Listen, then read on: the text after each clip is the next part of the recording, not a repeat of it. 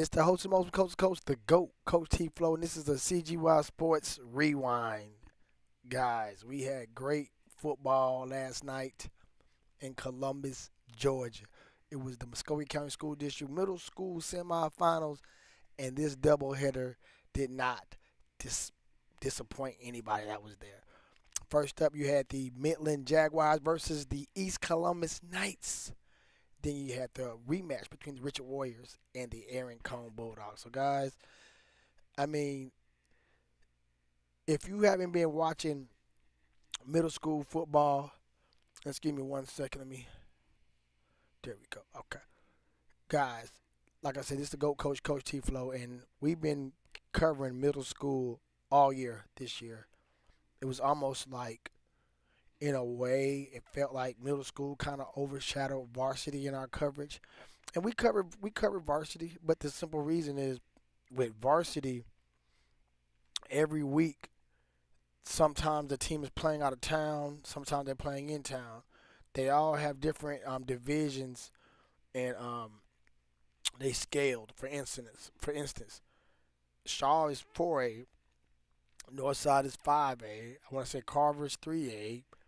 Kendrick might be 1 or 2A. Spencer, I think 2A. So you have a lot of different class divisions. So outside of the couple of games that they play in the city, they play out under divisions, which is a lot of games out of town and vice versa. Even if they're in town, it might be a situation where they're playing like Ace Charter. And I know they've been kind of playing them, but a lot of outside schools, and it's maybe more competitive that way. But when it comes to having that hometown twang to it, that comes up missing. So with middle school ball, that's what you get each week for the size of our city. We have a lot of middle schools for the size of our city. In my opinion, I think that having 12 middle schools to pick from, and these days it's like the SEC.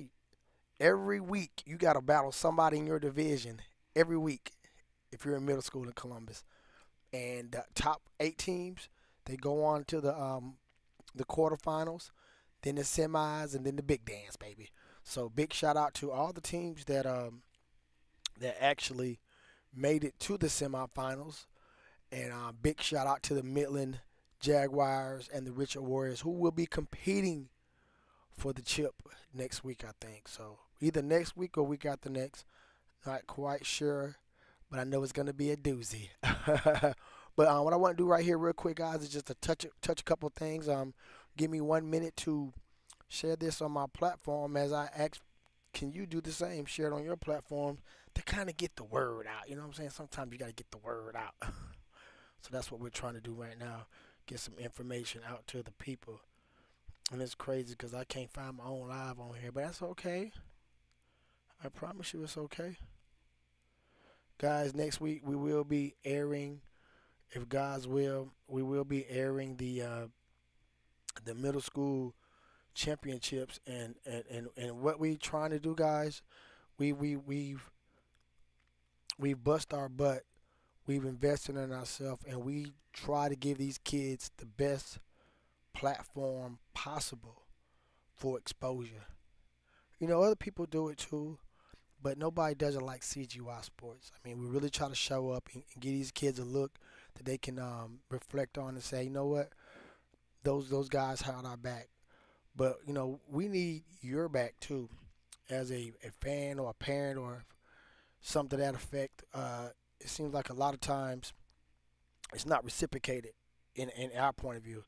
For instance, last night we asked for, we can't make anybody do nothing, but we asked for a $5 or whatever you can donate to view the game. We had over 400 different viewers watch the game. We only had 5 people to donate. That's not, I don't even know what the percentages of that is because I ain't the best in math, but I know it sucks. You got over 300 people, different people, watching something. You get less than 6 donations, less than 6, so not even 10. We gotta do better, Columbus. We got to do better. Other markets support their videographer, they support their photographers. Y'all don't. Shout out to TJ. Shout out to all the media that covers youth sports, whether it's varsity, middle school, CYF. You guys need to show your love, show your gratitude for what we do out here. We giving your kids exposure.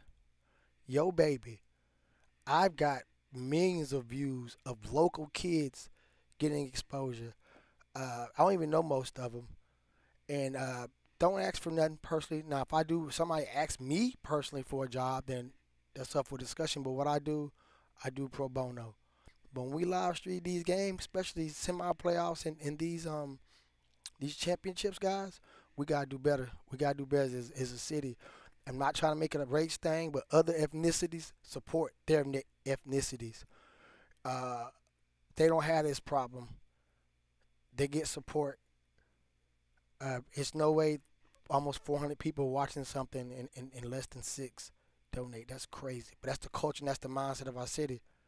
Versus, I can watch it for free. Versus, I'm going to watch it for free, but I'm also going to donate or support that man because I know he care for them children.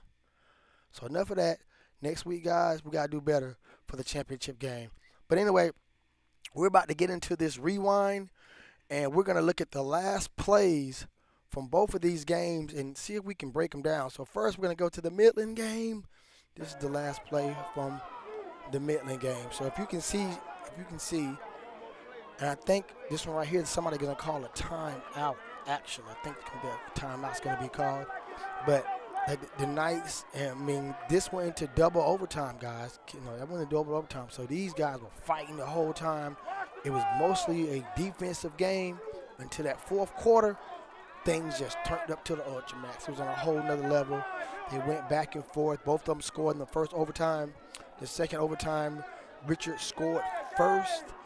And I'm not quite sure, but I think they made the extra point too. So this is the second overtime right here. And on the second overtime, East Columbus was given a chance to score. And I think this is the last play coming up. Coach called a timeout. He wanted to think about it. So he came over. He talked to the guys on the sideline briefly. He's going to kick them back out for the last play and watch how it pans out. Man, I really thought that watching the play, it was like I thought that it was a great play call. Coach called a great play. He had a guy in the back of the end zone. I wasn't going to say he was just wide open, but he definitely – it was a good pass. I mean, everything was there for a touchdown and to take this thing to a PAT to see if they keep the things moving or not. But I'm going to hush my mouth for a second and let you guys see how it panned out.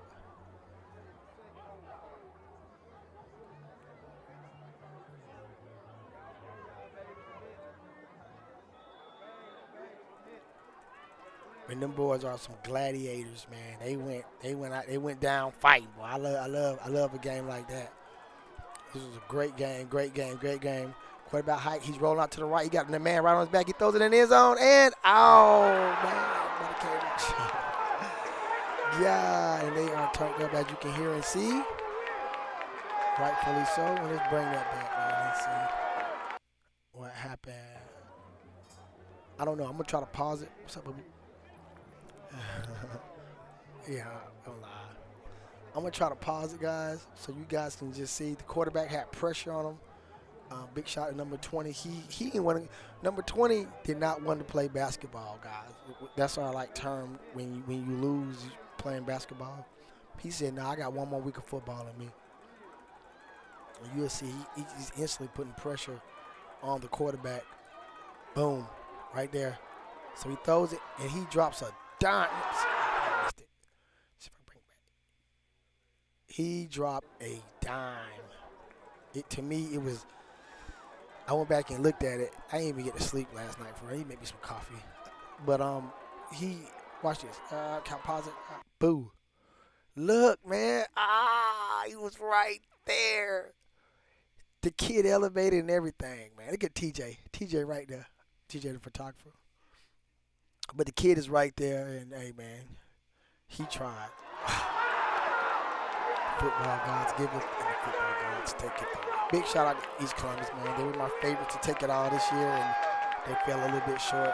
And super big shot out to the Midland Jaguars. I mean, they the champs, man. They won last year. You can never underestimate a champion. The spirit, the heart of a champion. They never stop. They keep coming. The game is not over till it's 0-0-0. And they kept fighting, man. That's the result. So, big shout out to the Midland Jaguars, Coach Edward and them boys over there. Now to the next game. Next game was a rematch of the last game of the season where Aaron Cone actually edged out Richards. And this is the last game. They went one overtime. And this is the last play. Aaron Cone had one more shot. Now Richards scored, and they kicked the extra point. Aaron Cone was at the 5-yard line. And I want to say they was at the 2. I think they had a penalty. They brought it back. But here it go right here. They line it up. And this play is a little bit more different from the last play because it was nothing given.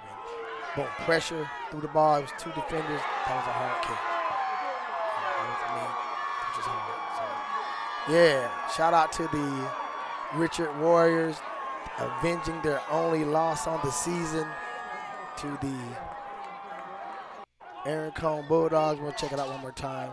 Well, like I said, they had twins on the right side, and he ran them shallow to the end zone, and they had 2 defenders right on him. I mean, they was right there, so it was like, nothing given. I wish we had a little wider shot. 'Cause I wanted, like, what was going on the left side? Because it was a design play, and it was like, and definitely would never put anything on anybody. You always woulda, coulda, shoulda, woulda. And not saying I was going for Aaron Cone, but I wish number 8 could have held that block a little bit longer because that quarterback was under pressure off the muscle. Boom. He give him a little chip shot, so he didn't really give a chance to set or the scramble. So shout out to the Richard Warriors. They going to the big dance, and most definitely we had put out a bracket, and they was on my bracket. No, they wasn't. My bracket been messed up. Let me stop. I had Rothschild in my bracket. They go big in them, and they out boys. The boys lost too. So my bracket's all messed up. Coach lost. But it is somebody out there with a Midland bracket. It was a lady. I got to go back and look at her. She probably got the bracket right because I know she had Midland all the way. And I think she had Richards on the other side. So I got to go back and look at her. I got something for her if she picked everything right up to now. But, guys, once again, it was a great season with middle school football. Great season with CYF for the teams that did